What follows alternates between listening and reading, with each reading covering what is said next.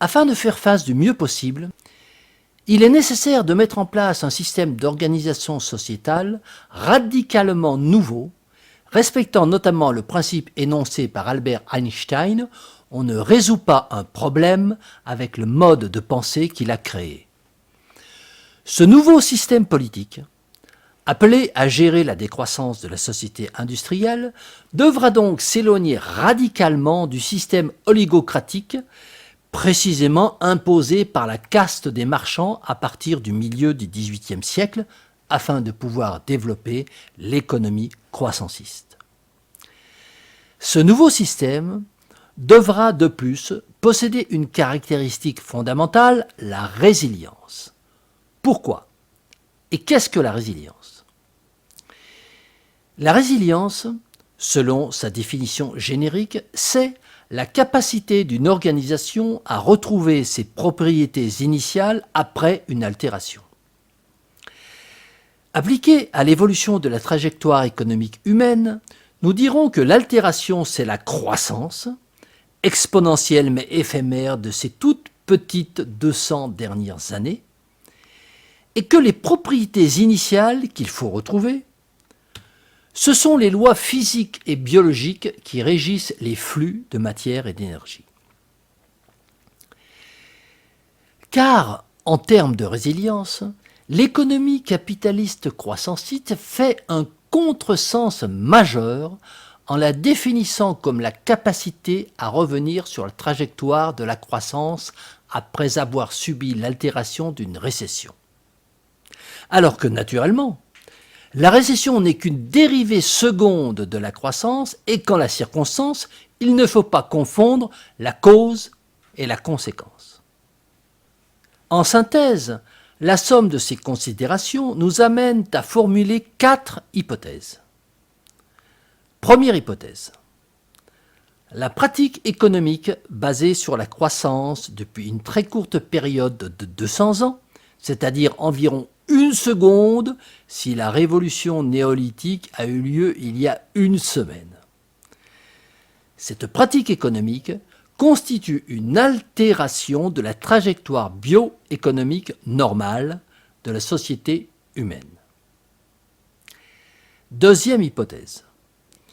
La décroissance industrielle, rendue inéluctable par suite de la raréfaction des ressources naturelles finies, constituera une étape majeure dans l'histoire bioéconomique humaine et également le terreau d'une autre évolution majeure dans le domaine de son organisation sociétale.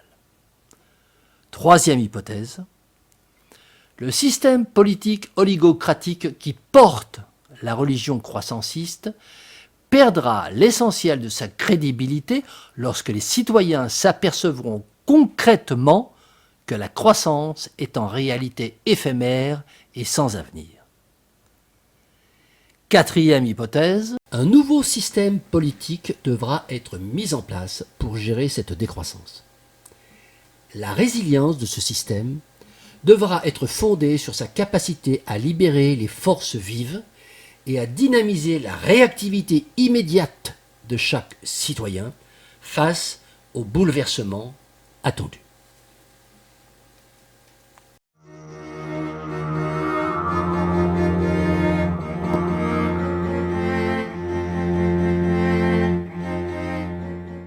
La Constitution actuelle n'est basée sur aucun principe.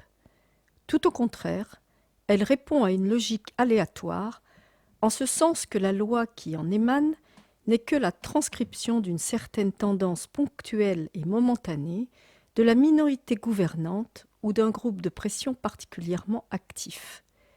Pour illustrer ce constat, nous prendrons 3 exemples. Premier exemple. L'article 2 de la Constitution de 1958 prétend énoncer des principes, à savoir gouvernement du peuple par le peuple et pour le peuple, et liberté, égalité, fraternité. Malheureusement, il ne suffit pas d'affirmer qu'un mot est un principe pour qu'il en soit un. Car les termes de liberté, d'égalité et de fraternité ne sont jamais définis et nous ne savons pas du tout ce qu'il recouvre. Il en est de même du gouvernement du peuple, par le peuple, pour le peuple, dont nous n'avons aucune explication. Nous pouvons donc affirmer que la Constitution de 1958 ne repose sur aucun principe. Deuxième exemple. L'article 4 de la Déclaration des droits de l'homme indique « La liberté consiste à pouvoir faire tout ce qui ne nuit pas à autrui ». Ceci ressemble effectivement à un principe, mais dans la mesure seulement où une définition claire de la notion de nuisance nous serait donnée. Malheureusement, la suite de l'article nous dit que la nuisance sera déterminée par la loi. Ce qui revient à dire que ce principe n'en est pas un au mieux ou que c'est une supercherie au pire. Troisième exemple, quasiment caricatural.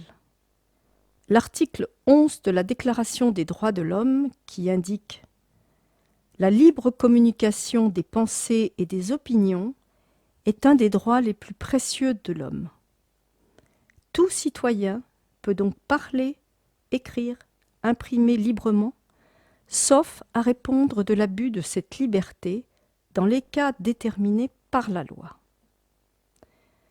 En termes clairs, cela signifie que le principe de liberté d'expression existe, mais qu'il peut être supprimé à tout moment par une décision du législateur ou simple décret.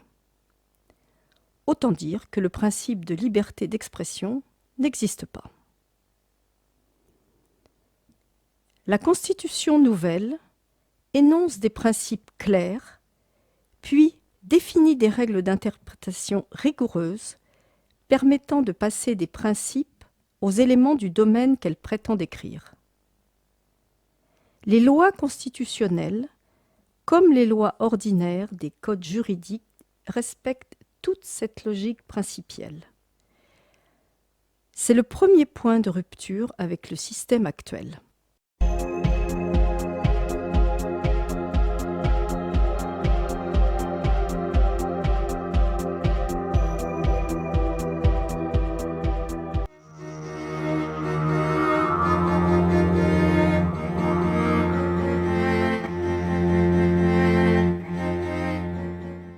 Le terme générique de loi définit un ensemble d'interdictions et de contraintes s'imposant à chaque citoyen par rapport à la liberté qu'il aurait d'agir selon son bon plaisir.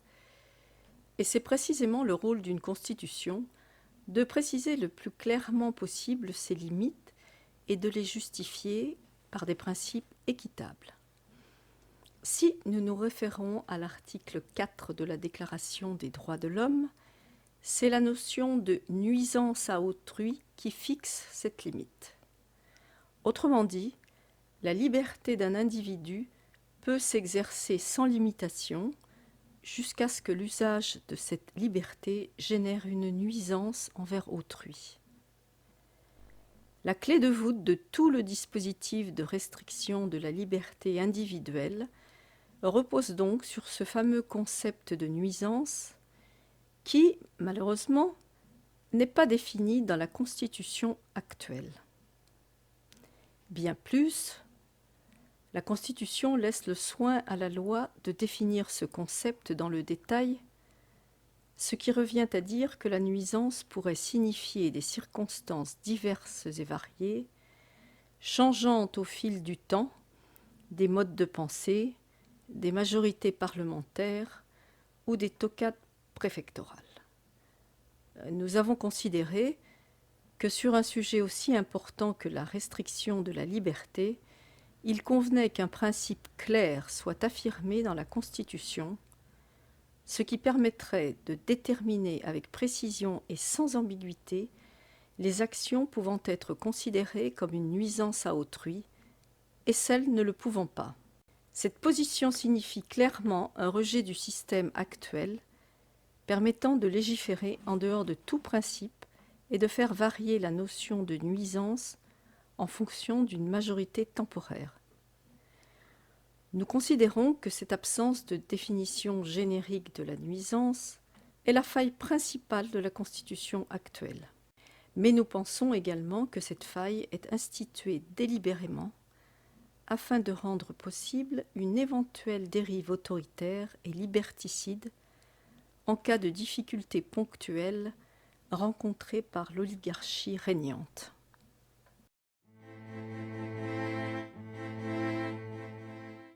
Faute d'être reliée à un principe clair, la notion de nuisance recouvre actuellement un éventail très large d'actions humaines, à tel point que n'importe quelle action peut être déclarée nuisible, pour peu qu'un lobby catégoriel suffisamment puissant puisse influer sur le législateur afin qu'il établisse une loi la réprimant.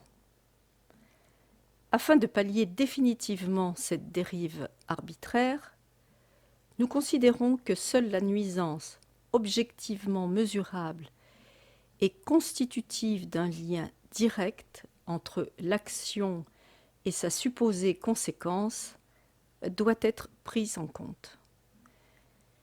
Cette nuisance constatée doit faire apparaître un dégât objectif se concrétisant par une diminution d'un patrimoine physique ou matériel et pouvant être évalué ou chiffré à l'aide d'un outil de mesure disponible en l'état actuel de la connaissance et de la science humaine.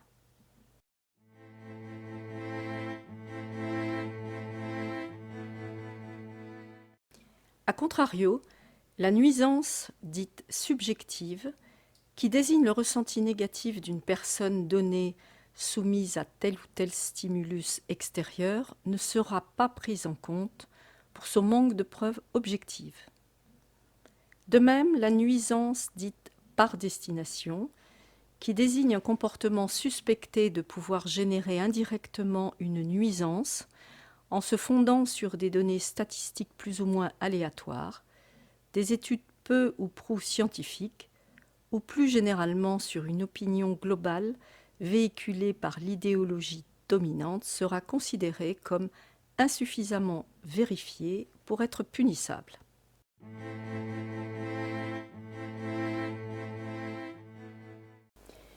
Dans la Constitution nouvelle, la loi ne peut limiter la liberté individuelle que lorsque l'exercice de cette liberté crée directement une nuisance objectivement mesurable et constatable envers autrui. En conséquence, toute action ne créant pas de nuisance objectivement mesurable et constatable ne peut être interdite, ni réprimée, ni punie. C'est le deuxième point de rupture avec le système actuel.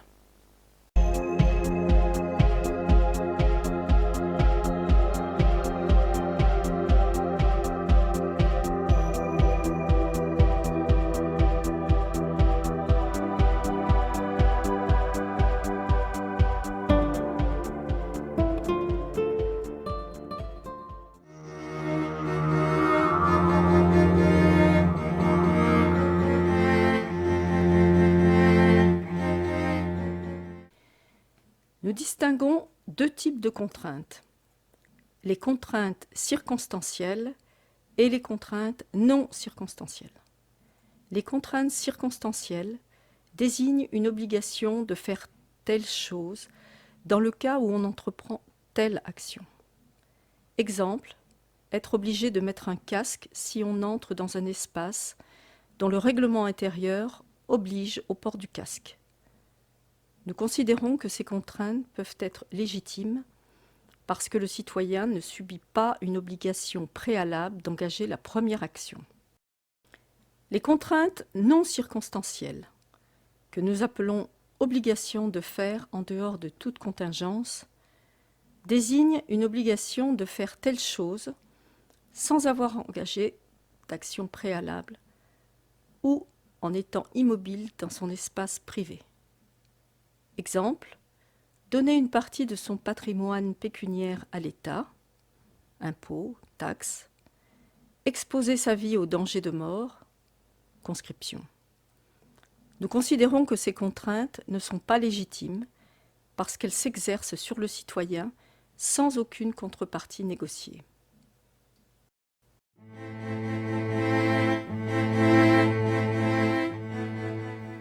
Notre réflexion sur les limites de la loi nous a amenés à intégrer un autre paramètre, celui de l'espace dans lequel elle s'applique. En effet, l'impact d'une nuisance dans un espace privé ne peut être traité de la même façon que dans un espace public. Plus précisément, nous affirmons que les restrictions apportées à la liberté individuelle peuvent ne pas être identiques selon que l'action humaine se déroule en milieu collectif ou individuel. Or, cette distinction entre les deux espaces n'est pas prise en compte dans la Constitution actuelle, ce qui permet notamment d'appliquer au domaine privé de nombreuses lois conçues en principe pour le domaine public, ou d'affecter indistinctement une loi à n'importe quel type d'espace.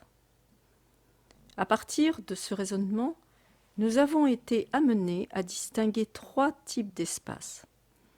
L'espace privé ou individuel, l'espace public ou collectif naturel, l'espace public ou collectif optionnel. L'espace privé ou individuel. Cet espace correspond très exactement à la notion juridique actuelle de propriété privée, que celle-ci appartienne à un individu isolé ou à un groupe d'individus. Il est important de noter que la défense et le respect de la propriété privée sont solennellement affirmés dans la Déclaration des droits de l'homme. Ce rappel n'est pas inutile au regard de l'intrusion de plus en plus importante de la loi collective dans l'espace privé.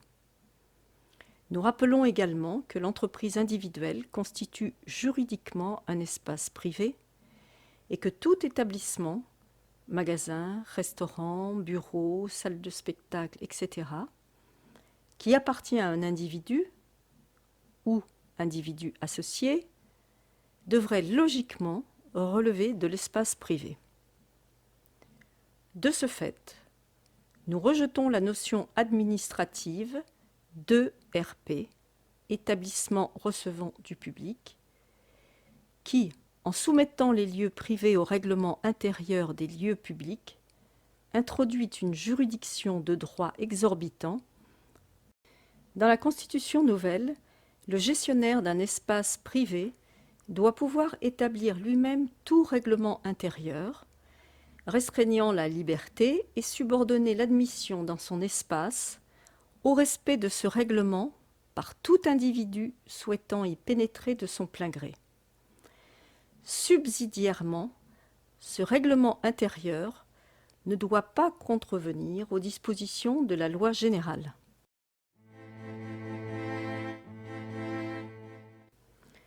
L'espace public naturel. Cette appellation désigne tout espace appartenant à la collectivité nationale, c'est-à-dire tous les citoyens à parts égales, et dont l'utilisation est rendue obligatoire pour l'exercice de la liberté fondamentale d'un individu, c'est-à-dire celle de son déplacement. Cet espace est donc dénommé naturel dans la mesure où celui qui y pénètre n'a pas d'autre choix que d'y pénétrer pour exercer cette liberté de déplacement étant considérée comme un droit naturel donné à chaque citoyen.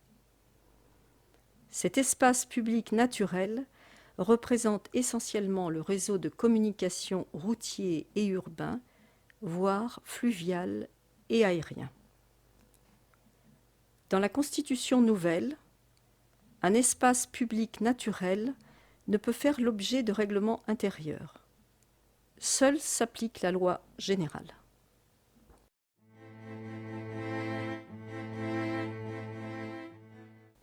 L'espace public optionnel.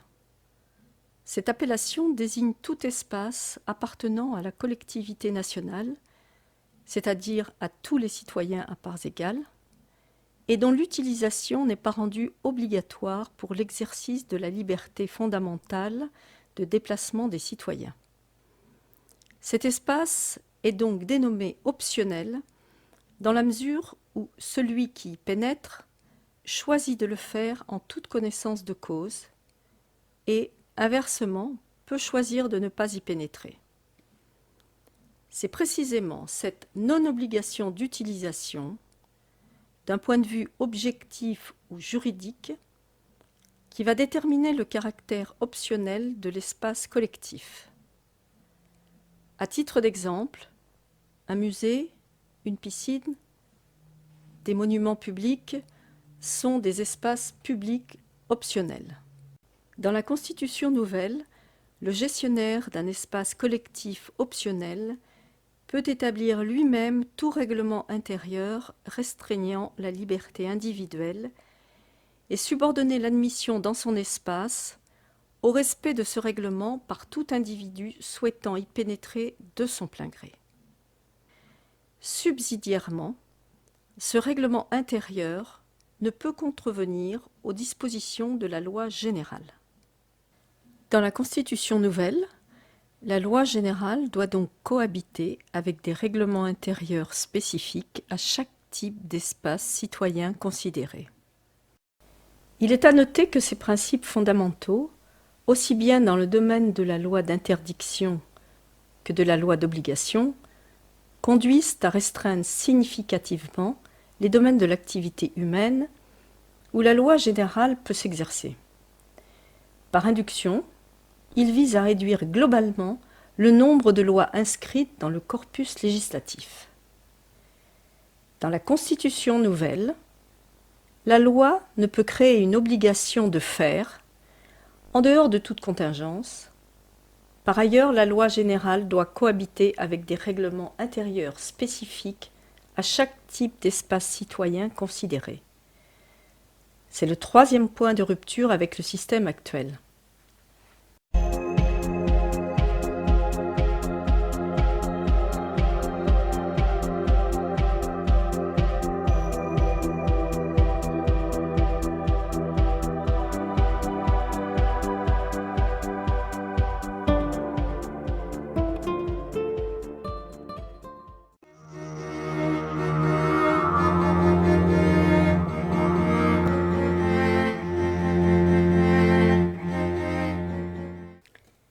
Qu'est-ce que l'égalité ?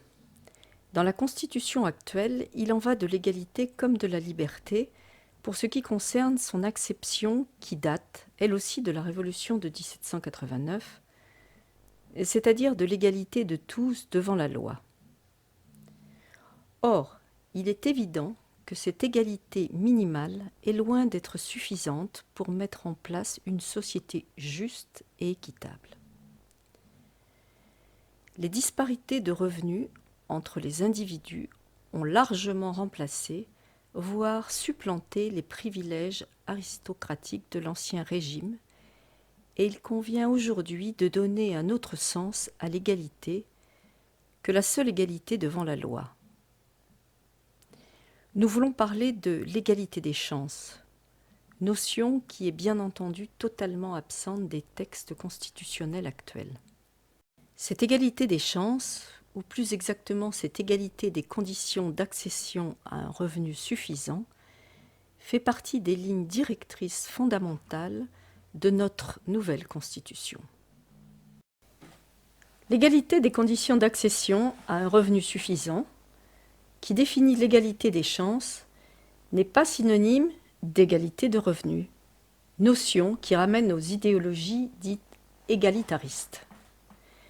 À défaut d'être acceptable, le processus de création de différences de revenus entre les citoyens, mis en œuvre au cours de leur existence, par le fait exclusif d'efforts plus intenses, de durée de travail plus longue, d'expertise plus avancée ou de prise de risques plus grande, ce processus ne doit pas être combattu par le contrat social. Ce principe d'égalité des chances, tel qu'il est défini, doit être pris en compte notamment dans les domaines de la transmission du patrimoine et de l'enseignement. Au principe minimal d'égalité de tous devant la loi, la Constitution nouvelle ajoute et inscrit celui d'égalité des chances. C'est le 4e point de rupture avec le système actuel.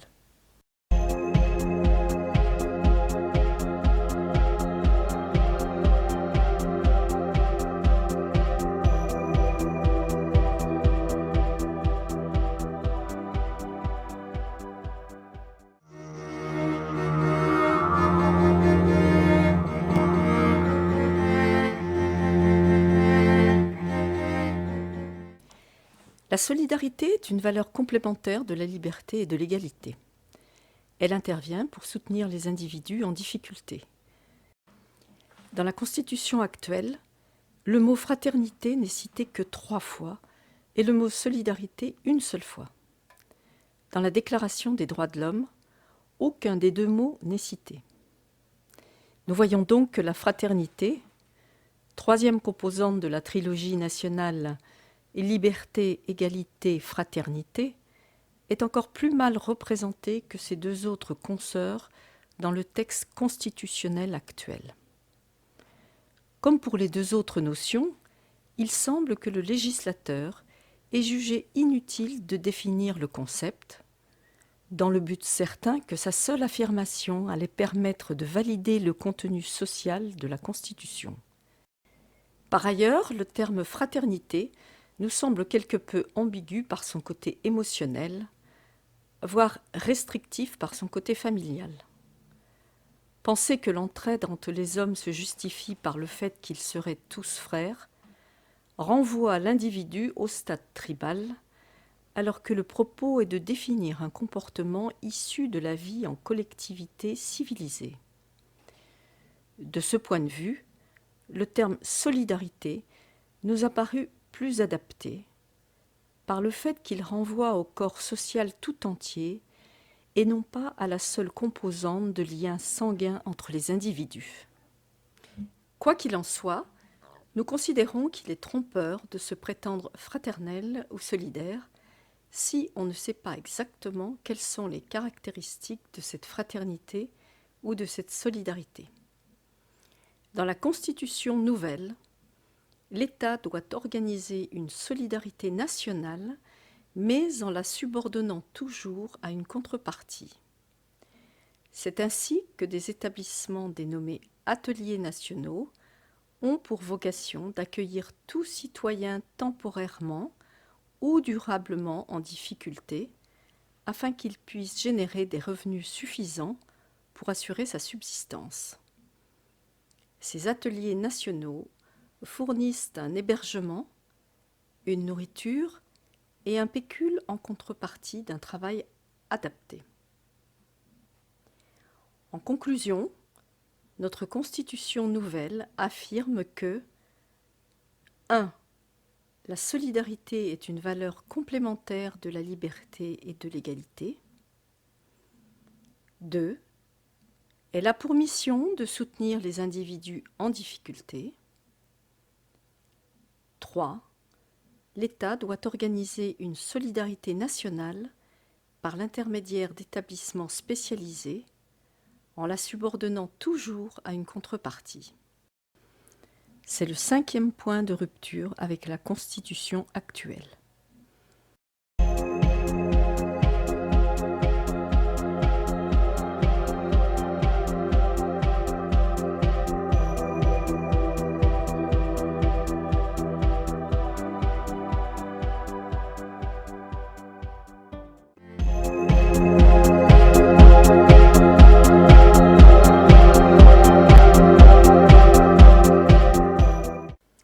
Notre adaptation aux difficiles conditions économiques qui s'annoncent impose que nous nous dotions d'une entité capable d'encaisser elle-même les principaux chocs créés par la décroissance anthropique à la place de l'individu physique. Nous considérons que cette entité doit être l'État, qui serait reconfiguré en véritable serviteur du peuple et capable de s'autofinancer. Le principe fondamental de cet État-serviteur est de fournir à la population des services publics gratuits financé par les bénéfices de ses propres services marchands.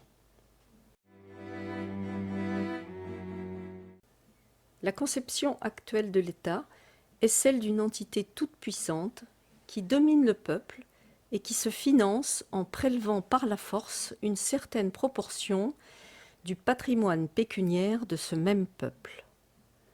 Dans le système de l'État-serviteur, le concept d'impôt est abrogé, et plus généralement, celui de prélèvement pécuniaire obligatoire. Les raisons d'abandonner le système de financement de l'État par l'impôt sont au nombre de 4. Premièrement, l'impôt n'est pas conforme à la Constitution, et notamment à l'article 14 de la Déclaration des droits de l'homme, qui stipule clairement que la contribution publique doit être librement consentie. Deuxièmement, l'impôt est facteur d'inégalité, car l'État devient ainsi le seul opérateur social à obtenir ses revenus par la spoliation et non par le travail. Troisièmement, l'impôt génère un coût exorbitant par son traitement administratif, estimé à 20 milliards, 11 milliards pour l'impôt central, 9 milliards pour les prélèvements sociaux, soit 3 fois le budget actuel de la justice. Quatrièmement, la fonction soi-disant redistributrice de l'impôt a clairement montré son inefficacité, puisque l'écart entre les riches et les pauvres n'a jamais été aussi grand depuis qu'il a été installé par la démocratie représentative.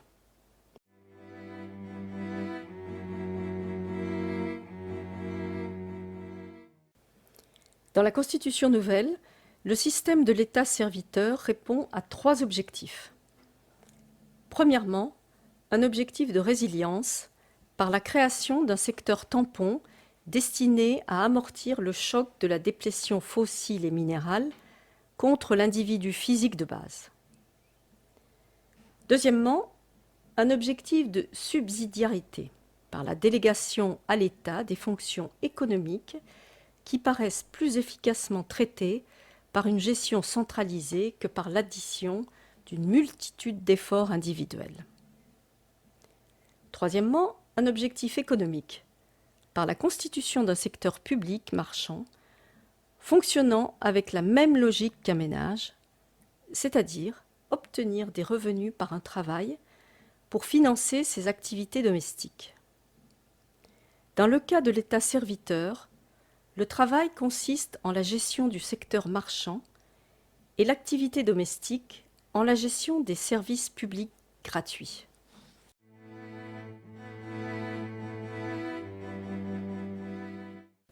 Le secteur public marchand est constitué d'un ensemble d'entreprises de secteurs importants de l'économie, à forte empreinte écologique et fortement consommateurs de ressources naturelles, notamment l'énergie, la sidérurgie, les constructions automobiles, aériennes et navales, et la pétrochimie. Les produits finis du secteur public marchand proposés aux citoyens doivent satisfaire à un cahier des charges répondant strictement à leurs fonctions précises, en dehors de tout artifice publicitaire, de présentation ou d'obsolescence programmée.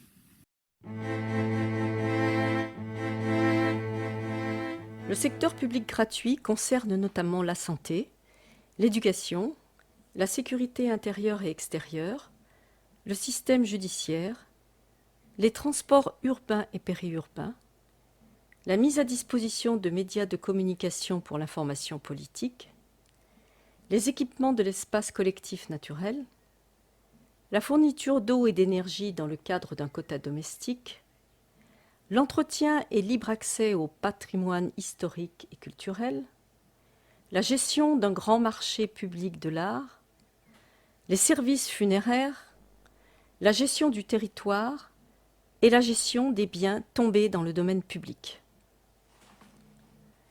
Dans la Constitution nouvelle, l'État tout-puissant, spoliateur pécuniaire actuel, est transformé en État serviteur autofinancé par ses propres activités économiques.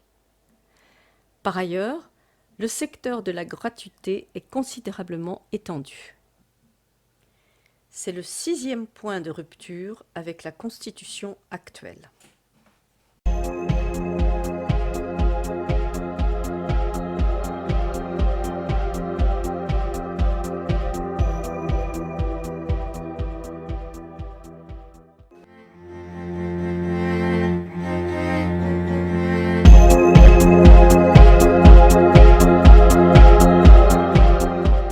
La différence de richesse, donc l'inégalité entre les citoyens, vient principalement de 2 sources. La première source est la différence des revenus acquis et générés par l'activité économique de la personne pendant toute la durée de sa vie. La deuxième source est la différence de patrimoine acquis par l'héritage. Nous acceptons l'inégalité de richesse entre les citoyens si cette inégalité est le produit d'un travail plus intense, plus performant ou plus risqué. Nous refusons l'inégalité si cette inégalité est le produit d'un patrimoine acquis par la simple application de la loi.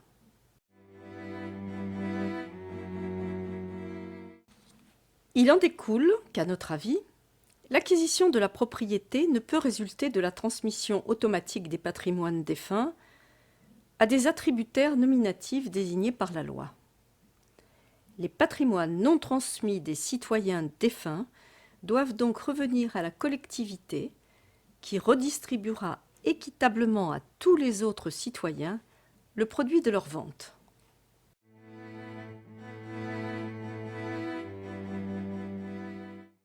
Dans la Constitution nouvelle, la transmission de la propriété ne peut se faire qu'entre vifs par contrat, librement, de façon onéreuse ou gratuite. Cette transmission peut s'assortir d'un usufruit du cédant, limité dans le temps ou en viager. Dans la Constitution nouvelle, la transmission de la propriété ne relève donc plus d'un dispositif législatif automatique, elle ne peut émaner que d'un libre contrat entre vifs. C'est le 7e point de rupture avec la Constitution actuelle.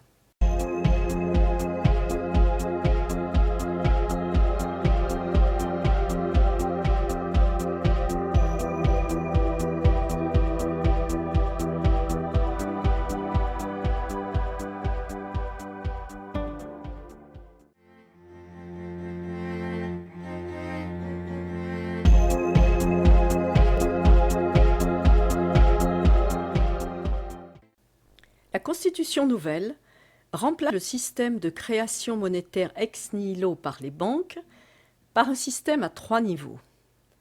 Le premier niveau est une création monétaire physique par la Banque nationale qui émet une monnaie indexée sur son stock d'or et librement convertible à tout moment selon un taux fixe non modifiable.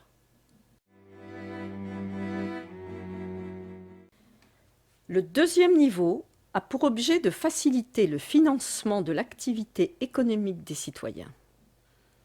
Pour cela, la Banque nationale crée également une monnaie virtuelle dite monnaie d'échange qui comptabilise en débit-crédit les échanges entre citoyens et permet ainsi une mobilisation monétaire non conditionnée par un paiement effectif.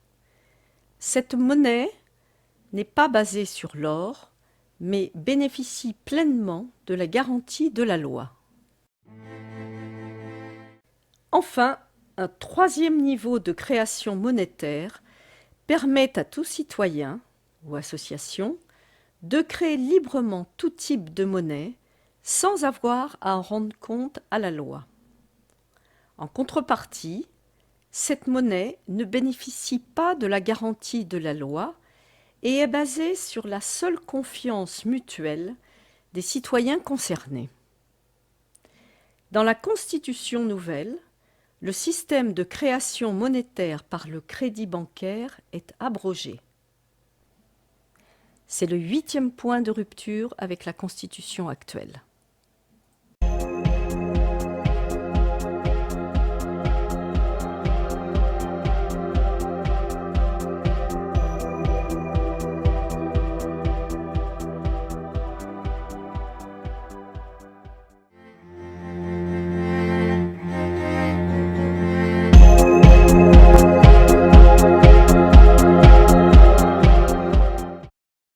La loi actuelle confère à la monnaie un caractère de marchandise.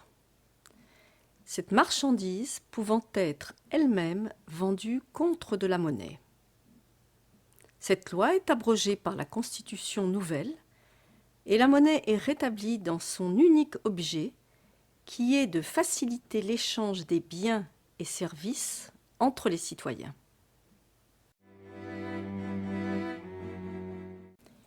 Il en résulte que les opérations de crédit, c'est-à-dire la vente d'une somme d'argent contre la promesse de reverser une somme supérieure dans un délai donné, ne sont plus garanties par la loi. Les contrats d'échange entre les citoyens ne peuvent concerner qu'un échange entre deux marchandises ou services, ou entre une marchandise ou service et une quantité de monnaie. C'est le 9e point de rupture avec la Constitution actuelle.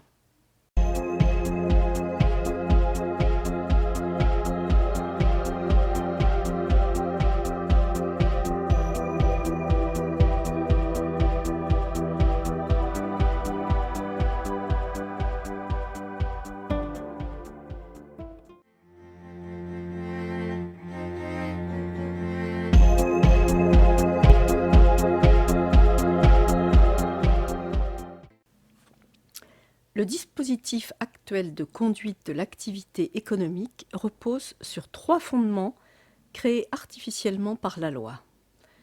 Premièrement, la personnalité morale, entité juridique permettant d'exercer une activité sans encourir de responsabilité pénale ou pécuniaire. Deuxièmement, la séparation entre des acteurs économiques en 2 catégories, les employeurs et les salariés. Troisièmement, la limitation de l'accès à la plupart des activités sous réserve de diplômes adéquats. La Constitution nouvelle ne reconnaît pas de personne morale autre que l'État. Les formes juridiques complexes d'association entre les citoyens restent néanmoins libres, mais ne sont plus garanties par la loi. Les rapports économiques entre les citoyens sont régis par le libre contrat, qui est lui-même garanti par la loi.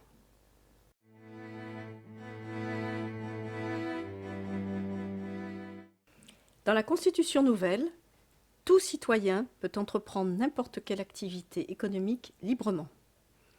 Il n'existe pas de profession protégée. La distinction entre la sphère privée et professionnelle n'existe plus. L'individu agissant devient de fait une entreprise.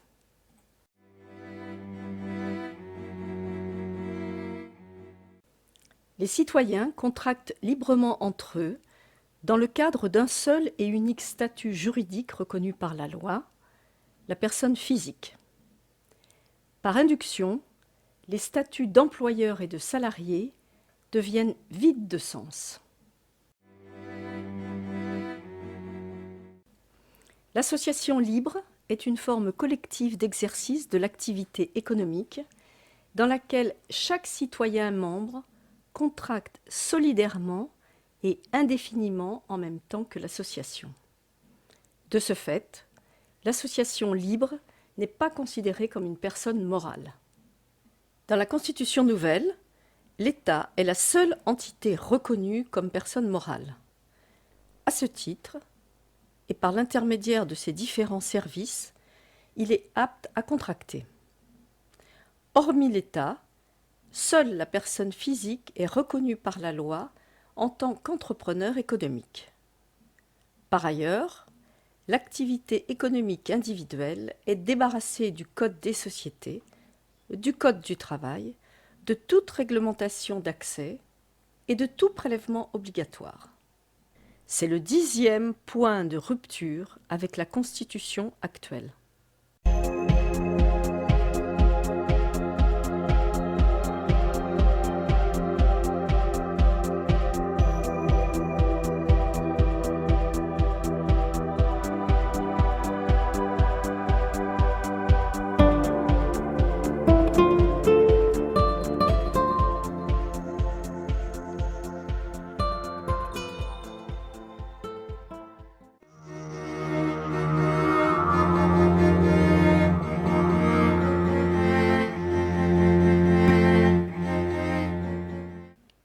Nous considérons que la Terre n'est pas un bien comme les autres, car elle n'est pas le produit d'une action de l'homme.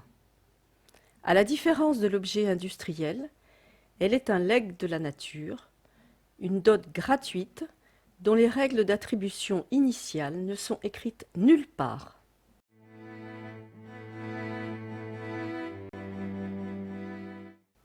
Dans ces conditions, la notion de droit de propriété sur le foncier est donc vide de sens, et il semble équitable de considérer qu'à partir du moment où un territoire est à peu près stabilisé entre les mains d'un groupe d'individus, ce territoire puisse être virtuellement attribué en parts égales à tous les membres du groupe considéré.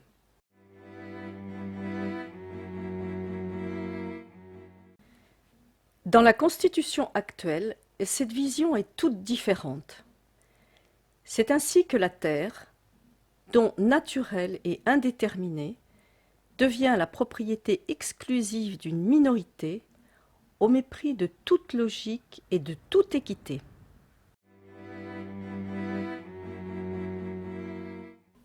Dans la Constitution nouvelle, il est affirmé qu'une société libre, responsable et solidaire se doit de considérer son territoire national comme un ensemble appartenant à tous, c'est-à-dire comme un bien commun et inaliénable de la collectivité tout entière.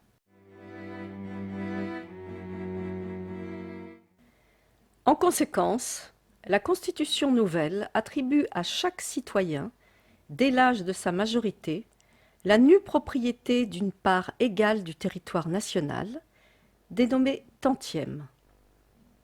Ce tantième est recalculé chaque année en fonction du nombre de citoyens majeurs vivants.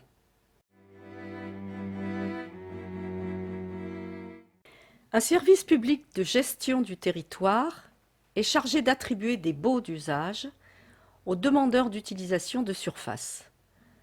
Il centralise les loyers payés par les attributaires, loyers qui seront redistribués à parts égales entre tous les citoyens en tant que revenu inaliénable de leur tantième. Dans la Constitution nouvelle, le droit de propriété sur le sol est aboli. Le territoire national devient un bien commun. C'est le 11e point de rupture avec la Constitution actuelle.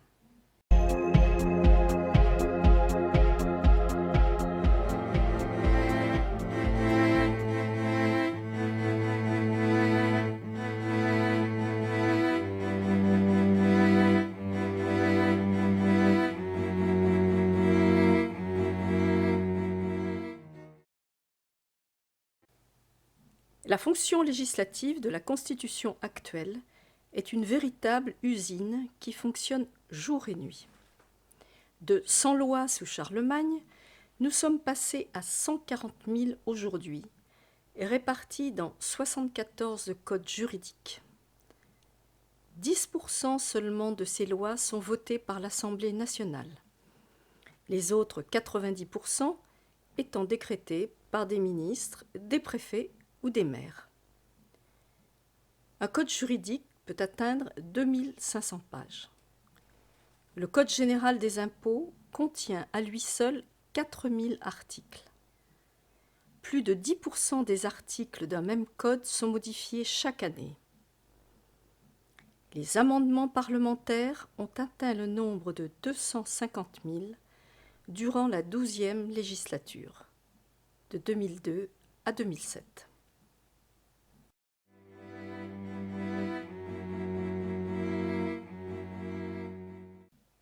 Il résulte de cet état de fait un emballement général de la production législative, semblable à une réaction en chaîne nucléaire, qui confère désormais un caractère imprévisible et submersif à la loi. Ainsi, toute action humaine est en voie de devenir a priori illégale, sauf à vérifier dans un interminable catalogue de lois qu'elle est bien autorisée. À tel point que certains juristes actuels s'interrogent sur la nécessité d'instaurer un véritable principe de sécurité juridique qui aurait pour objectif de protéger les citoyens contre les effets secondaires négatifs de la loi, en particulier de ses incohérences, de sa complexité ou de ses changements trop fréquents.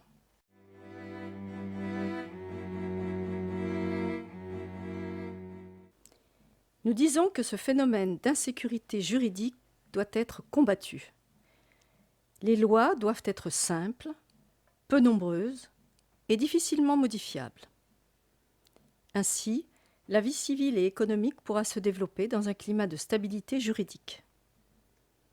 Pour ce faire, il convient que la Constitution nouvelle énonce des principes clairs dans les principaux domaines de l'activité humaine, de sorte que la loi ne puisse pas y ajouter une multitude de cas particuliers, comme c'est le cas actuellement. Il importe également que la loi ne puisse être décrétée unilatéralement par un agent de l'État ou par un groupuscule représentatif, sans avoir fait l'objet d'une consultation populaire préalable. Dans la Constitution nouvelle, l'élaboration de la loi par le système de la démocratie directe devra donc tenir compte des 4 conditions suivantes. Premièrement, un projet de modification constitutionnelle peut être présenté avec l'accord de 1% des citoyens, suivi de la ratification de 15% d'entre eux. Deuxièmement, la Constitution peut être modifiée avec l'accord de plus de la moitié des citoyens. Troisièmement, un projet de loi peut être présenté avec l'accord de 1 pour 1000 des citoyens, suivi de la ratification de 15% d'entre eux. Quatrièmement, la loi peut être votée avec l'accord de plus de la moitié des citoyens votants, sous réserve d'une participation égale à plus de la moitié des citoyens.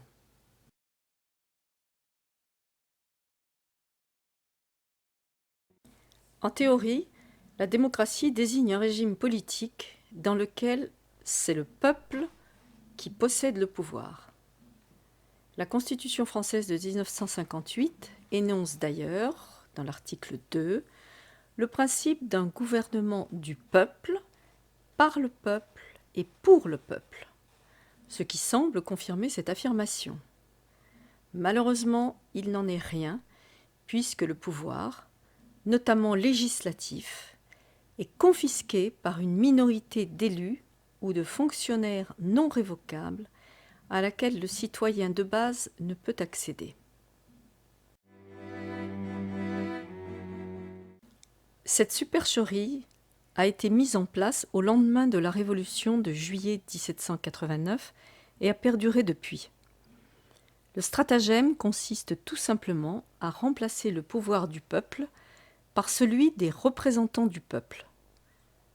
Et la consigne a été donnée par Joseph-Emmanuel Sieyès, le père de la Constitution française, dans son célèbre discours fondateur du 7 septembre 1789, en déclarant « La très grande pluralité de nos concitoyens n'a ni assez d'instruction, ni assez de loisirs pour vouloir s'occuper directement des lois qui doivent gouverner la France.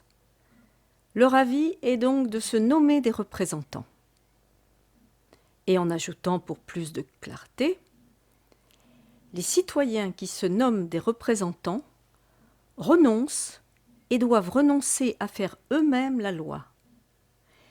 S'ils dictaient leur volonté, la France ne serait plus un État représentatif, ce serait un État démocratique.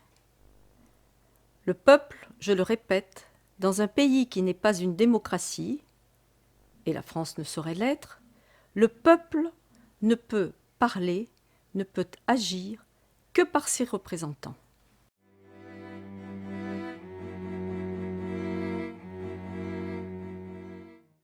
Il est significatif de trouver la définition de la vraie démocratie dans des écrits qui ont eux-mêmes scellé le dispositif représentatif actuel. Cette définition est toute contenue dans la réponse sans équivoque aucune à la question « Qu'est-ce qu'une vraie démocratie ?» Cette réponse étant la démocratie directe, c'est-à-dire celle par laquelle les citoyens élaborent eux-mêmes la loi. La Constitution nouvelle abroge le système législatif représentatif actuel et le remplace par un système de démocratie directe grâce auquel les lois sont imaginées, élaborées et votées par tous les citoyens à l'exclusion de tout représentant, quel qu'il soit. C'est le 12e point de rupture avec la Constitution actuelle.